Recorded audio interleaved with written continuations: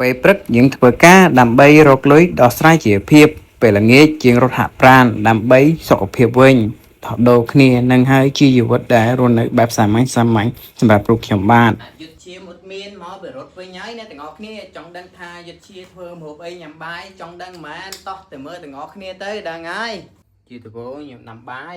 ចេះដាំបាយអត់បើចេះដាំបាយទេចាំខ្ញុំបរៀនដាំបាយមកយកឆ្ងាំងបាយយើងដាក់លើគៀសទៅយើងបើកគៀសមកយកគ្រាប់ឆ្នាំមកគ្របទប់មកយកកណាត់ដាក់ក្រាលហើយដាក់ជ្រុញយកដើម្បីអីដើម្បីយកមកកាត់បន្លែកំបិតនឹងបូលមួយយើងយកមកលាងបន្លែរបស់យើងបើទឹកដាក់បូលទៅទប់មកមានលាបខ្ទឹមការ៉ុតដៃគូ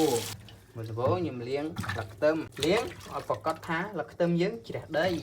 លាងការ៉ុតបានស្អាតទៀតបើទឹកដុសវាបានស្អាតអ្នកទាំងអស់គ្នាពិតជាឆ្ងល់ហើយថាជាធ្វើមកអីមានដៃគូការ៉ុតលាបខ្ទឹមអ្នកទាំងអស់គ្នាកុំភ្លេចជួយ follow page ខ្ញុំផងបើស្រឡាញ់ខ្ញុំពេញចិត្តបន្ទាប់មកខ្ញុំយកកំបិតមុខ2មកចិត្តស្វកចេញចិត្តដាក់ស៊ីងសិនទៅចាំរស់តាមក្រោយការ៉ុតហ្នឹងចិត្តស្វកចេញអស់បន្ទាប់មកមើលខ្ញុំកាត់បន្លែជាដំបូងខ្ញុំកាត់ខ្ទឹមហ្នឹងហើយយើងការស្រេចហើយយើងកើបដាក់ចានយើងវិញមកទុកពីម្លែកទៅមកខ្ញុំកាត់ការ៉ុតហើយកាត់វាអញ្ចឹងមកហើយកាត់វាមកទុកពីម្លែកសិន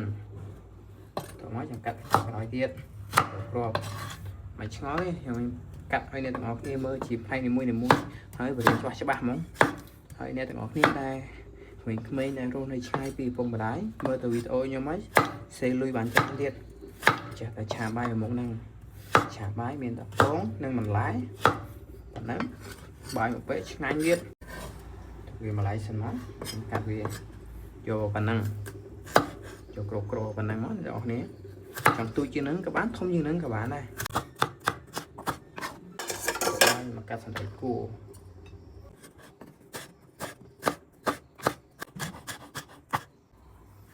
ក៏វាដាក់ចានម្លាយដែរពេលនេះអាក្មួយសំណប់វាបានមកលេងពូវាជាមួយអ៊ីកូនតាលក់តកកពូមើលណៃណាគេនៅក្នុងទូរស័ព្ទហ៎ពូម៉ា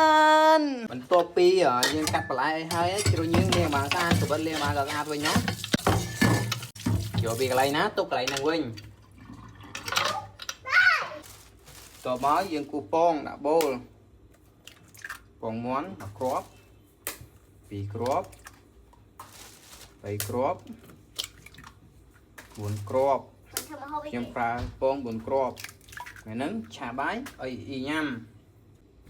យើងយកវិសមកវាយហ៎ពងស្មូនអញ្ចឹងណាបានចូលគ្នាប៉ុណ្ណឹងហើយដាំទឹកឲ្យបានពុះហើយយើងយកបន្លែមកស្រុះ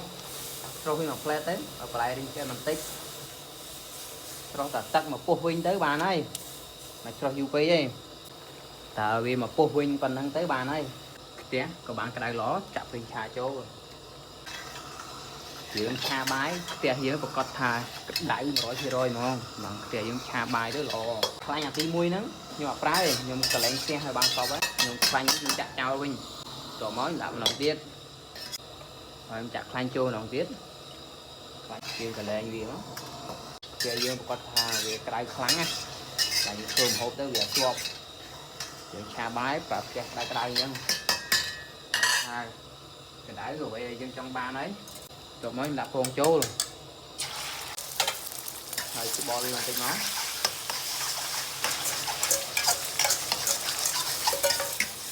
បាយយើងដាំមួយឆ្នាំងវិញចាក់ចូលទាំងអស់ទៅហើយច្បល់វាសក់មកជាយាមអ្នកលេងភ្លើងខាងដូចខ្ញុំទៅចេះប្រើភ្លើងបានគ្រប់គ្រងវាបានល្អបើយកគ្រប់គ្រងបានល្អទេធ្វើឲ្យបាយយើងខ្លោច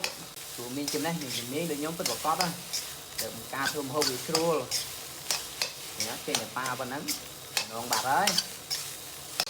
ចូលមកដាក់បន្លែចូល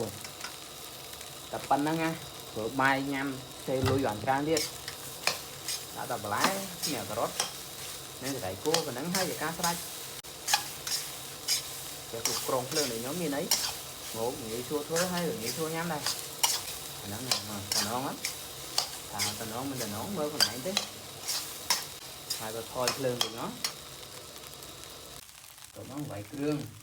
mình đã vỡ trong tay một tích cỏ so một tích một rít mình đã đi trả những ghê nên vỡ được đi chọn tập riêng một tích tụi nó mình đã tập yêu bỏ về sốt và lại lương với nó tại bữa nay kêu phải kêu nó khăn ngon mới tại giờ chia thả phân năng ấy nha được ọt nghe thơ bài bật nhâm ban bài là nghe nhâm cả ban bài thay nhâm cả ban vừa thấy chọc được lại anh thơ ca tới thả riêng thả phân năng mình chết thôi đi ra nhưng đang tham mấy cái này và điện ọt bài phân năng ấy nghĩ thưa thôi hay còn nghĩ thưa nhâm này hỏi ngành tiết hỏi xe lui bản trang tiết và chết thôi nhâm thằng này chứ ngon tính cả khương tê của nó thưa một ba rục rồi một này đi là lót xe mùi nhóm này mà chưa được lọt ai mới bãi khá vì anh to à lọt xe nâng đà cho nó ọt mà lỗi mà tan vô tao mà tan không thả lôi mình lôi mơ con này anh tới tại chút xíu là lọt xe lôi à mơ của bút bãi với nâng bãi sao vì anh to là lọt xe nâng mòn mơ tao nón mơ con này anh tới ai chút xíu thôi mà hôm chân na cá và chọc krương là bao nhiêu trong cõi miền ấy mình là lạc tôm nha rồi vì lớn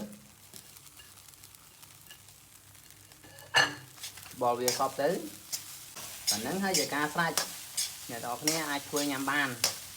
hộp chẳng thuê tôi sẽ lá riêng cả ban chẳng thuê chơi cả lạnh chơi ca cả ban thuê off tới cháy chơi lưu bàn tràn tiết vì men đó nhưng từ câu hỏi